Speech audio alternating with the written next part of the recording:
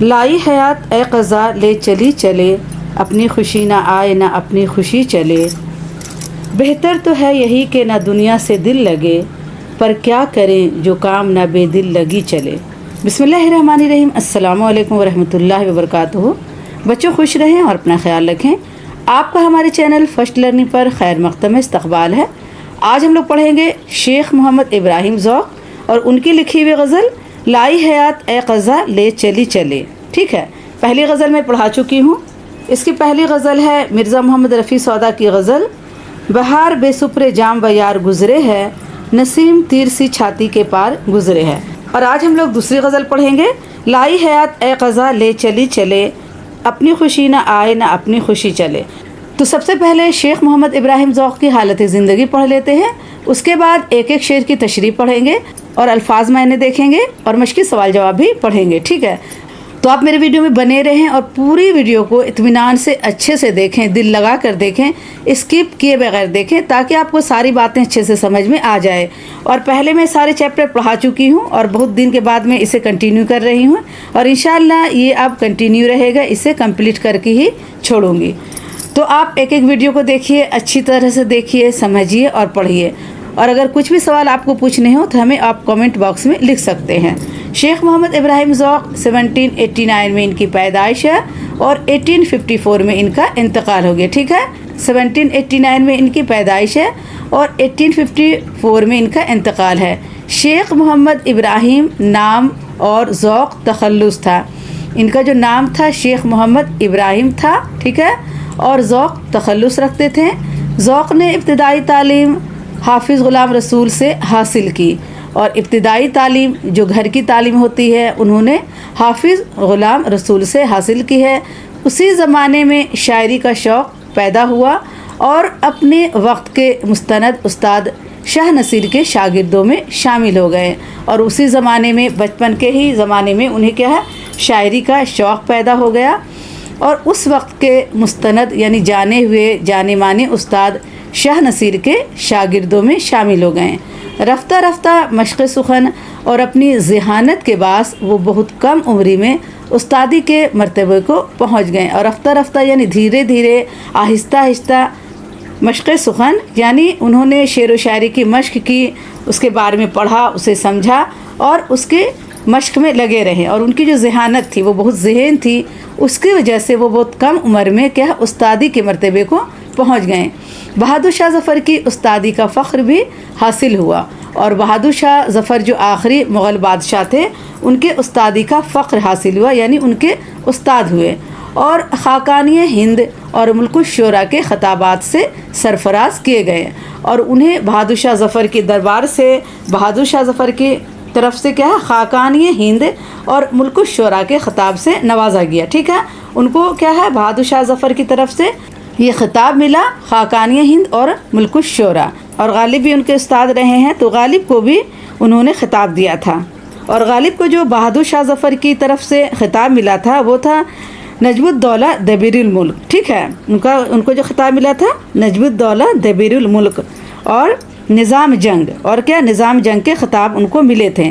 تو غالب کو جو خطاب ملا تھا وہ ملا تھا نجم الدولہ دبیر الملک اور نظام جنگ ملا تھا۔ ٹھیک ہے، بادشاہ کی سرپرستی میں ذوق کی زندگی آرام و آشائش سے بسر ہوئی، اور بادشاہ کی سرپرستی میں جو ذوق کی زندگی تھی وہ آرام کی زندگی گزری ہے ان کی۔ ٹھیک ہے، جیسے اور سب شاعر ہیں بہت غریب رہے ہیں، پیسے کی تنگی رہی ہے، معاشی حالات خراب رہے ہیں، لیکن کیونکہ یہ بہادر شاہ ظفر کی سرپرستی میں تھے تو ان کی جو زندگی تھی وہ آرام و آشائش میں گزری ہے۔ ذوق کو موسیقی اور علم نجوم سے کافی دلچسپی تھی۔ موسیقی یعنی میوزک، اور علم نجوم یعنی ستارے کی پڑھائی جو ہوتی ہے، جو نجومی والی پڑھائی ہوتی، ان سے ان کو کیا کافی دلچسپی تھی۔ عربی و فارسی اور دیگر شمرقی علوم کے عالم تھے۔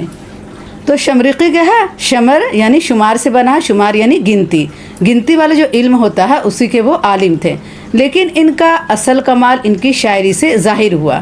شاعری ان کی معاش کا ذریعہ بنی، اور یہی فن ان کی قدر و قیمت کا وسیلہ بھی ثابت ہوا۔ شاعری کیا ہے ان کی معاش کا ذریعہ بنی، معاش یعنی روزی روٹی کا ذریعہ بنی، ان کا جو گھر کا خرچ چلتا تھا وہ شاعری کے ہی ذریعہ چلتا تھا، یعنی شاعری سے ان کو پیسہ ملتا تھا، اور وہی پیسہ وہ گھر میں خرچ کرتے تھے، تو معاش کا ذریعہ یعنی روٹی روزی کا ذریعہ بنا، اور یہی فن ان کی قدر و قیمت کا وسیلہ بھی ثابت ہوا۔ ذوق نے مختلف اصناف سخن میں طبع آزمائی کی ہے۔ مختلف اصناف سخن یعنی غزل، نظم، قصیدہ، مرثیہ، مثنوی سب کچھ لکھا ہے، لیکن قصیدہ ان کا اصل میدان ہے۔ اس صنف میں صرف سودا ان سے آگے ہیں۔ انہوں نے اپنے قصیدوں میں شوکت الفاظ، بلند خیالی اور معنی آفرینی کے ساتھ مختلف علوم کی اصطلاحات سے بھی کام لیا ہے۔ غزل گوئی میں بھی ذوق کا ایک خاص مقام ہے، اور غزل گوئی میں ذوق کا ایک خاص مقام ہے۔ زبان پر قدرت، بیان کی سلاست، روزمرہ اور محاورے پر اپنی گرفت کے لحاظ سے وہ ممتاز ہیں، یعنی وہ روزمرہ کا استعمال کرتے ہیں، محاورے کا استعمال کرتے ہیں، اور ان سب پر کیا ہے، ان کی گرفت ہے، ان کی پکڑ ہے، اس کی وجہ سے وہ غزل گوئی میں بہت ممتاز ہیں، یعنی آگے ہیں۔ اب آئیے غزل کے اشعار کی تشریح پڑھتے ہیں۔ تو جب ہم اس کی تشریح کریں گے تو ہم سب سے پہلے لکھیں گے سیاق و سباق۔ جب بھی ہم کسی اشعار کی تشریح کرتے ہیں تو سیاق و سباق لکھتے ہیں۔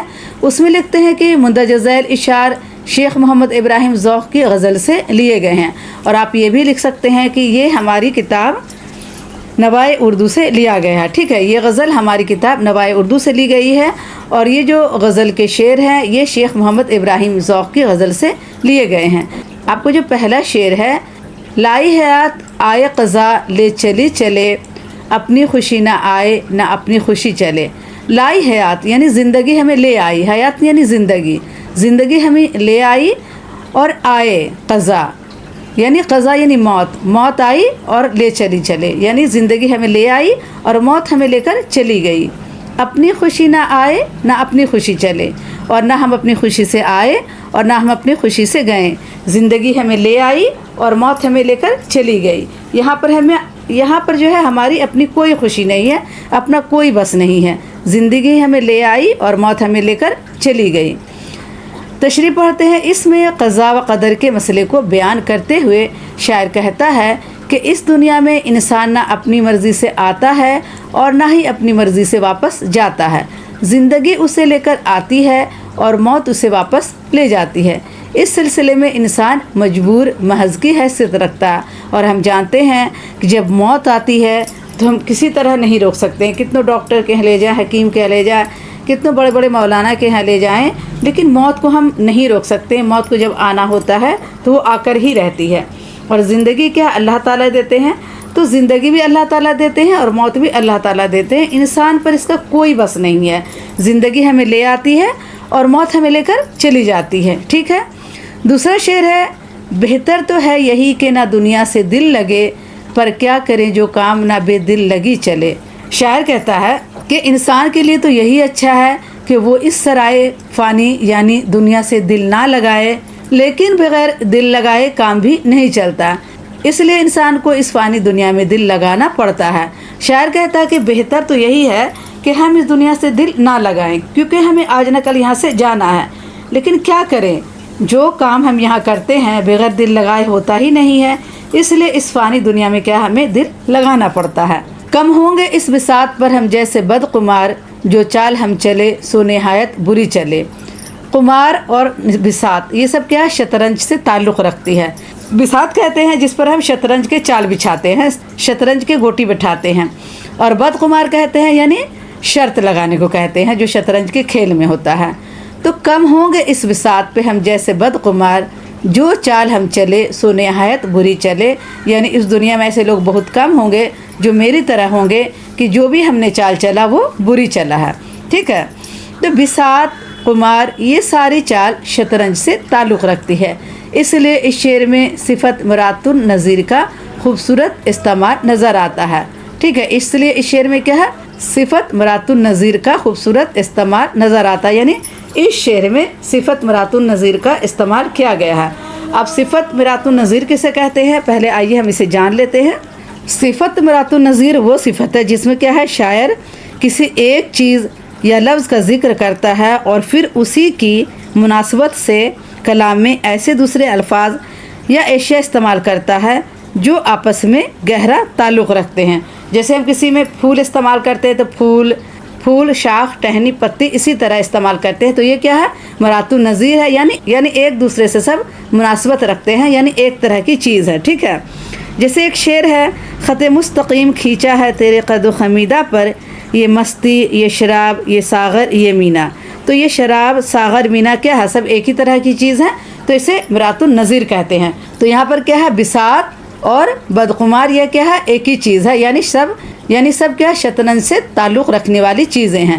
شاعر نے دنیا کو شطرنج کے ایک بساط مانتے ہوئے خود کو غلط چال چلنے والا جواری قرار دیتے ہوئے کہا ہے کہ اس دنیا کی شطرنج کی بساط پر ہم جیسی غلط چال چلنے والے جواری کم ہی ہوں گے. ہم نے جتنی بھی چالیں چلی وہ سب غلط چلی ہیں. شاعر کہتا ہے کہ اس دنیا میں ہم جیسے لوگ کم ہی ہوں گی، کیونکہ ہم نے جو بھی چال چلی ہے وہ غلط ہی چلا ہے. اگلا شعر ہے، ہو عمر خضر بھی تو کہیں گے بوقت مرگ، ہم کیا رہے یہاں ابھی آئے ابھی چلے. ٹھیک ہے. شاعر کہتا کہ اگر خضر علیہ السلام کی طرح ہمیں لمبی عمر دے دی جائے تو ہم بوقت مرگ یعنی مرتے وقت ہم کہیں گے کہ ہم دنیا میں ابھی آئے تھے اور ابھی چلے گئے ہیں. تو عمر خضر رضی اللہ عنہ کے بارے میں کہا جاتا ہے کہ اللہ تعالیٰ نے انہیں بہت لمبی عمر دی ہے، اور یہ کیا ہے؟ بھولے بھٹکوں کو راستہ دکھاتے ہیں، اور ان کی جو عمر ہے وہ قیامت تک کی لمبی عمر ہے، یعنی وہ قیامت تک رہیں گے. تو اور وہ کیا ہے؟ بھولے بھٹکے کو راستہ دکھاتے ہیں. تو شاعر کہتا ہے کہ ہمیں اتنی لمبی عمر بھی دے دی جائے گی تو ہم یہی کہیں گے مرتے وقت کہ ہم تو ابھی آئے تھے اور ابھی ہم چل رہے ہیں. اس شعر میں ذوق نے عمر خضر کی تلمیح استعمال کی ہے. اب تلمیح کسے کہتے ہیں؟ جس شعر میں شاعر کیا ہے؟ پرانے واقعے کا استعمال کرتا ہو، تاریخی واقعے کا استعمال کرتا ہو، یا مذہبی واقعے کا استعمال کرتا ہو، اسے صنعت تلمیح کہیں گے. تو اس میں کیا مذہبی واقعے کا استعمال ہوا ہے، تو اس شعر میں کیا ہے؟ صنعت تلمیح کا استعمال کیا گیا ہے. ٹھیک ہے. اس شعر میں ذوق نے عمر خضر کی تلمیح استعمال کی ہے، جس نے شعر کے حسن میں اضافہ کر دیا ہے.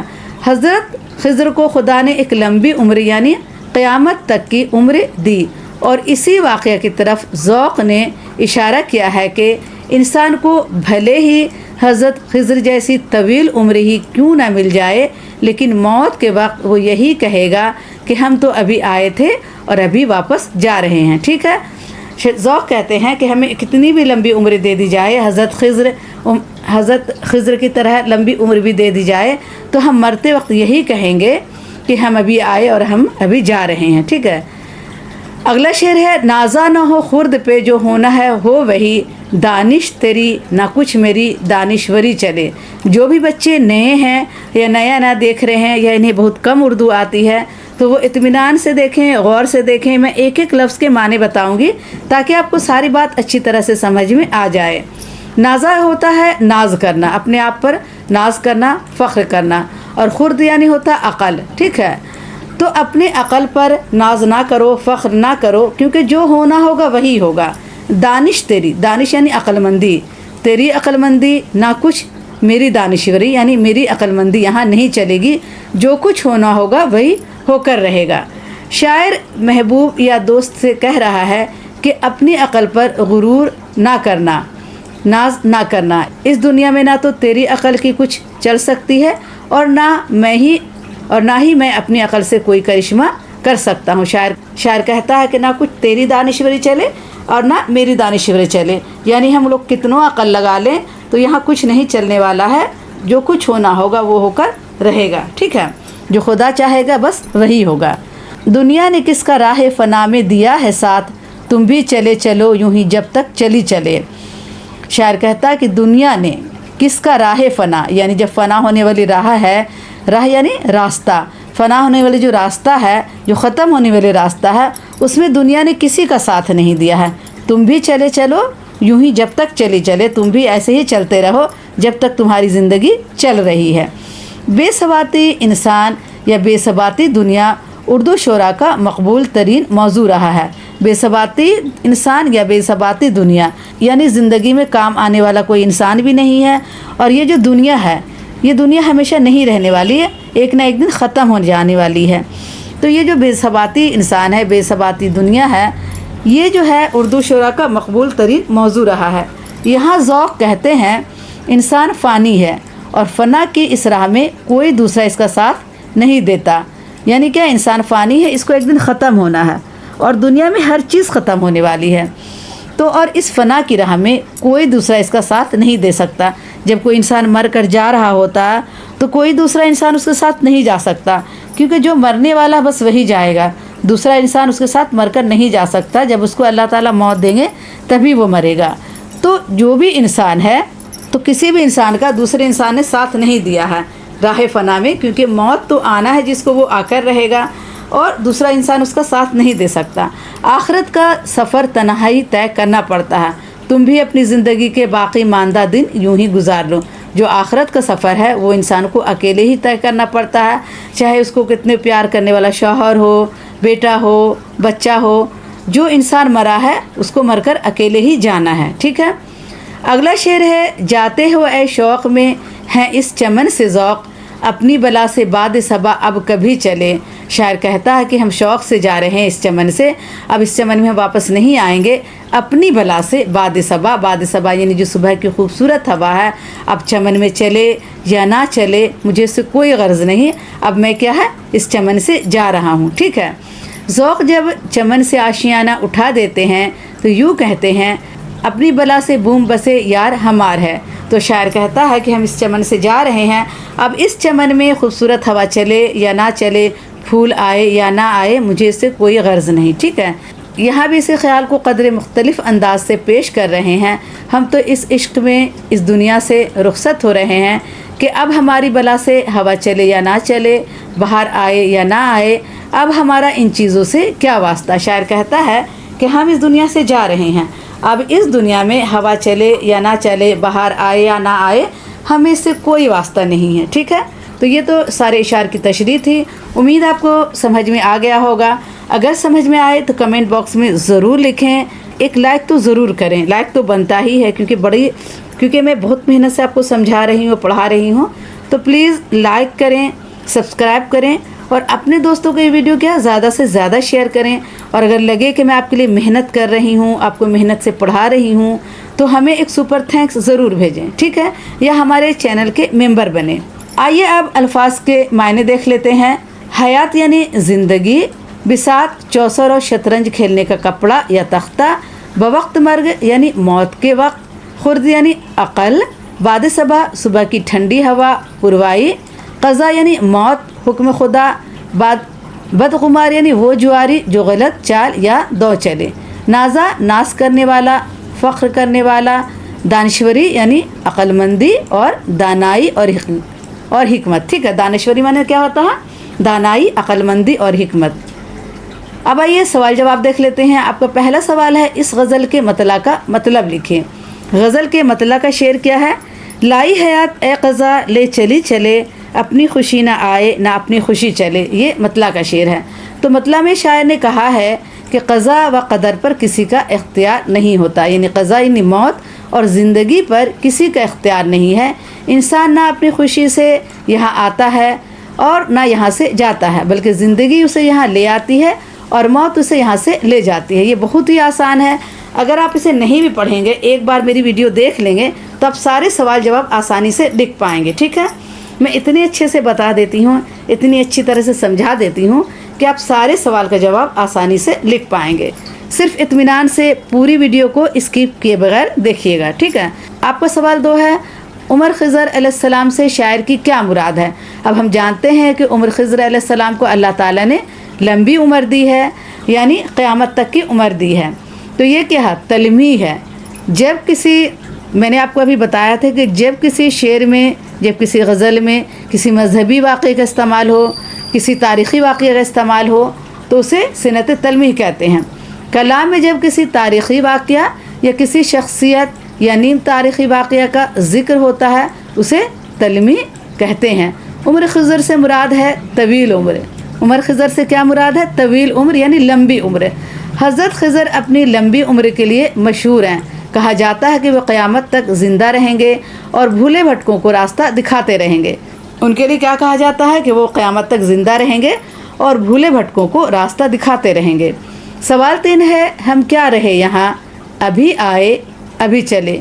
اس مصرعے کے ذریعہ شاعر نے انسانی زندگی کے کس پہلو کی نشاندہی کی ہے؟ تو جواب لکھیں گے، انسان کی زندگی ناپائیدار ہے، شاعر نے اس فانی زندگی کی طرف اشارہ کیا ہے، اس مضمون کو ظفر نے یوں باندھا ہے: ہم کیا رہیں یہاں، ابھی آئے ابھی چلے۔ تو شاعر کیا کہنا چاہتا ہے؟ تو زندگی جو انسان کی وہ ناپائیدار ہے، یعنی ختم ہونے والی ہے، ہمیشہ رہنے والی نہیں ہے۔ اور شاعر نے اس فانی زندگی کی طرف اشارہ کیا ہے، اس مضمون کو ظفر نے یوں باندھا۔ اور ظفر کیا کہتے ہیں اس مضمون کو؟ عمرِ دراز مانگ کے لائے تھے 4 دن، 2 آرزو میں کٹ گئے 2 انتظار میں۔ بہادر شاہ ظفر نے لکھا ہے۔ اور فیض احمد فیض نے اس طرف دوسرے ہی انداز سے نظر ڈالی ہے: ایک فرصت گناہ ملی وہ بھی 4 دن، دیکھے ہیں ہم نے حوصلے پروردگار کے۔ ٹھیک ہے، تو یہ تو شعر تھے۔ آئیے اگلا سوال دیکھ لیتے ہیں: غزل کے مقطع میں چمن سے شاعر کی کیا مراد ہے؟ غزل کے مقطع میں چمن سے شاعر کی کیا مراد ہے؟ تو مقطع کسے کہتے ہیں؟ غزل کا آخری شعر جس میں شاعر اپنا تخلص بیان کرتا ہے اسے مقطع کا شعر کہتے ہیں۔ تو اس کا جو مقطع کا شعر ہے: جاتے ہو اے شوق میں ہے اس چمن سے ذوق، اپنی بلا سے باد صبا اب کبھی چلے۔ تو انہوں نے اپنا نام یہاں پہ دیا ہے ذوق۔ ٹھیک ہے، تو یہ غزل کا آخری شعر ہے اور شاعر نے اپنا کیا تخلص بیان کیا ہے۔ تو غزل کے مقطع میں چمن سے شاعر کی کیا مراد ہے؟ تو شاعر کی چمن سے مراد یہ ہے کہ عالم رنگ بو یعنی حسین دنیا۔ شاعر کیا کہتا ہے کہ اس حسین دنیا سے اب ہم جا رہے ہیں۔ ٹھیک ہے، دیگر سوالات میں ہے: شیخ محمد ابراہیم ذوق کی غزل گوئی کا تنقیدی جائزہ لیجئے۔ اب یہ پورا آپ کا یہاں تک جواب ہے۔ ٹھیک ہے، میں تھوڑا سرسری طور پر پڑھ کر سمجھا دیتی ہوں کیونکہ اس طرح کے سوال آتے ہیں، 5 نمبر کے سوال اس میں سے آتے ہیں۔ ٹھیک ہے، تو ان کے غزل گوئی کا تنقیدی جائزہ لینا ہے کہ انہوں نے غزل کیسا لکھا ہے۔ تو آئیے اسے ایک طرح سے پڑھ لیتے ہیں۔ ذوق کا شمار اردو کے قادر الکلام اور مستند اساتذہ میں ہوتا ہے۔ وہ مشکل اور سنگلاخ زمینوں میں بھی اچھے شعر کہہ جاتے ہیں۔ ان کے ہاں ایک طرف مسائل تصوف کا بیان ہے تو دوسری طرف اخلاقیات کا درس بھی نظر آتا ہے۔ وہ اپنے انداز بیان کو کبھی شوخی و ظرافت سے دلکش بھی بنا لیتے ہیں۔ مثلاً: ذوق جو مدرسے کے بگڑے ہوئے ہیں ملا، ان کو میں خانے میں لے آؤ سدھر جائیں گے۔ یہ ذوق کا شعر ہے۔ ٹھیک ہے، ان کے قادر الکلام اور مسلم الثبوت شاعر ہونے کا سب سے بڑا ثبوت یہ ہے ان کے بے شعر ضرب المثال بن گئے۔ ان کے جو شعر ہیں وہ مثال بن گئے ہیں۔ بجا کہے جسے عالم اسے بجا سمجھو، زبان خلق کو نقارہ خدا سمجھو۔ ذوق کا اصل میدان تو قصیدہ ہے، لیکن انہوں نے ذوق میں بھی اچھے اشعار نکالے ہیں۔ مثلاً: اب تو گھبرا کے یہ کہتے ہیں کہ مر جائیں گے، مر کے بھی چین نہ پایا تو کدھر جائیں گے۔ روزمرہ اور محاورات کو بھی انہوں نے غزلوں میں خوبصورتی سے سمویا ہے۔ مشکل ہے میرے عہد محبت کا ٹوٹنا، اے بے وفا یہ تیری خدا کی قسم نہیں۔ حقیقت تو یہ ہے کہ ذوق کو زبان پر قدرت تھی، پوری قدرت تھی، اس لیے وہ لفظوں کے انتخاب کا اچھا سلیقہ رکھتے تھے۔ ان کے بیان میں سلاست اور روانی ہے۔ روزمرہ اور محاورات پر بھی ان کی گرفت مضبوط تھی، جس کے سہارے انہوں نے سامنے کی باتوں کو سیدھے سادے انداز میں پیش کر دیا ہے۔ ان کے کلام میں نہ بلند پروازی ہے، نہ معنی آفرینی اور نہ ہی فکر کی گہرائی۔ ان کا طائر تخیل زیادہ بلند تک نہیں جاتا۔ طائر یعنی پرندہ، تخیل یعنی سوچ۔ ان کا جو سوچ کا پرندہ زیادہ اوپر نہیں جاتا ہے اور سامنے ہی کی باتوں کو شعر میں بیان کر دیتے ہیں۔